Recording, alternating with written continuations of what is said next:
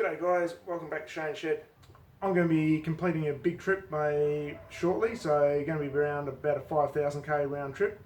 So I'm just going to be running through some of the things I recommend you should check as a pre-trip inspection. Now this applies to pretty much any vehicle, it's not just the Land Rover based thing. Also worth noting, if you're going through all these inspections and you do find an issue, you want to be leaving yourself enough time to get any issues rectified before you go away. So, get these done at least a couple of weeks before. If you don't service your own vehicle, then I'd highly recommend going to your local mechanic, getting them to do a service. They'll basically do a once over, or should do a once over on your vehicle when they do a service. Yeah, so if you do your own servicing, one, you'll probably have a better idea what's going on with your vehicle, and so you shouldn't have too many surprises. But it's a good opportunity to get under there, poke around, have a good look at some things you may not have a look at normally. Last thing you want on any big trip is a breakdown or any other sort of issue. So let's get into it. Pre-trip servicing. This is an interesting question. I think what you do will depend on your scenario. Now, if you've got a new vehicle under warranty and you go away for a long trip that's going to be putting you over the due kilometres for a service, I think that's going to be something you probably want to be avoiding. Just mainly the fact that it's just another arrow in the manufacturer's arsenal to deny any potential warranty claims. If you're outside of warranty, this isn't such an issue. I mean, if you go over an oil change interval on the engine, from what I've seen on a lot of my oil samples, it's not super critical. It's not a big deal. In saying that, most of your driveline, look, if you're getting close to it being due on its normal change-out schedule, I'd probably go ahead and do it. Otherwise, just spend the time, make sure your levels are right. That's probably the main thing. You've got all your fluids are up. Now, just generally, you want to be looking over and under your vehicle pretty much everywhere, what you can. Just look for anything that's out of the ordinary. Basically, you want to be running your eye over anything that's potentially moving on the vehicle. Generally, like any mechanical issues, so all your suspension arms, if you can, just get a pry bar in there, give them a bit of a wiggle, make sure they're going to be up to the task of however long your trip is going to be.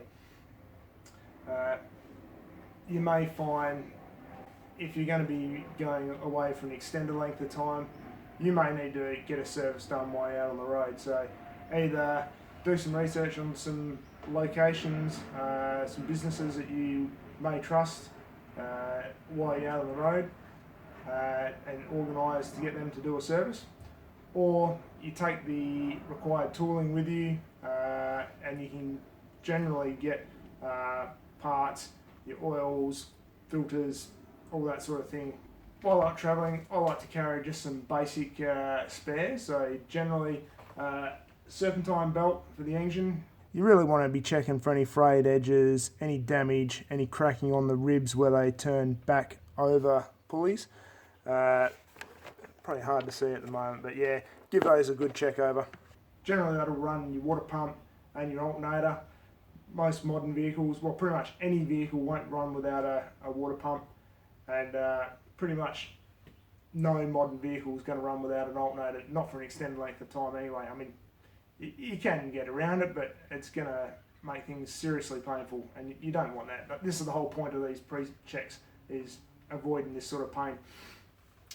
So, yeah, we covered the serpentine belt covered. I'll generally carry a fuel filter, especially for a diesel, spare fuel filter, at least one, and an air filter. I generally don't carry an oil filter, mainly because I don't plan to do oil changes on the engine out on the road. I mean, I haven't run into a case where I've needed to do that yet. So, and any other spares, things may vary depending on your vehicle. You may have a few common issues or known faults that you may want to that you may want to cover yourself for. So just think carefully about what you carry. Just carry the bare minimum of what you need. As long as if you can get to a point where you can limp into a main town, hey, you're probably going to be covered. You can organise parts to get freighted in from anywhere nearly now. So first thing we'll check is we'll just do a quick external and we'll check all the lights on the car. So this is really a simple roadworthy check. You particularly want to be checking your brake lights, your indicators, your headlights, tail lights, pretty much any external light. If find a bulb out, replace it. Most of the time it's a pretty easy job. So looking under the bonnet, want to be checking our oil levels. If you're getting a service done beforehand, then you'll cover all that. Check out all your coolant hoses, check for any leaks. Crawl under your vehicle, check all your fluids. So check your front and rear diff, check the levels. Check your automatic transmission or manual transmission, whichever you've got. Check your transfer case. Just want to make sure your levels are correct. If they're not correct, have a look around. You may have an oil leak. Get that fixed before you go. If there's no obvious oil leaks, it may just be low because it wasn't filled correctly. Top those things up. It's a lot of times you spend half a day crawling around just to check these things. It just saves a lot of heartache later on. So one thing to check with your pre-trip vehicle checks is going to be the wheel bearing. So when I'm going to jack up this one side of the vehicle because I'm also going to be rotating tyres. Alright, so we've got the this side of the car jacked up. I've got some jack stands under there just so if anything happens, we're safe. Check wheel bearings. Basically want to hold the tyre at 6 and 12 o'clock and just try wiggling it up and down. Same again at 3 and 9. Just try wiggling it. There's a bit of play just in the steering there, but I can tell that's not the wheel bearing because if you keep an eye on where the brake caliper is, you'll see the brake disc move independently of that caliper. So that's how you can tell there's some movement in the wheel bearing. While you've got it up, it's also worth having to check the condition of your tyres as well. Now these are relatively new, so I'm not expecting any problems, but before we go away, this is the main bit that is in contact with the ground, so you just want to check these over and make sure they're all good to go. So what I do is I'll just basically feel all the way around the circumference of the tyre with my hand and just basically feeling for any bulges, any abnormal things that might indicate tread separation. Also check out the sidewall, have a decent look at it, just check it for any cracking, particularly around the bead area. This particular problem even when they get older. If you run your tyres at too low a pressure, you do put a lot of stress on the sidewalls. Also check the inside sidewall as well. It often gets forgotten about. But do that on all your tyres. Also have a look if there's any abnormal tread wear. It may indicate a problem with alignment, worn suspension bushes, all that sort of stuff. So for any vehicles with independent suspension, whether it's front or rear, CV beats, just have a look at these, just spin them around, just inspect them for any splits or any grease leaking, because if you're out touring and you've got an issue there, then that could be a sign that you're going to let dirt, mud, water, all sorts of crap in there. I think it's just a bit of water. I don't know where that's come from. It has been wet here, so yeah, that could be it. Yeah, just have a quick look at them, both the outer and the inners. They don't take long, and like I said, they'll create some, will help prevent any abnormal wear, so get those changed over with new boots if you find any issues.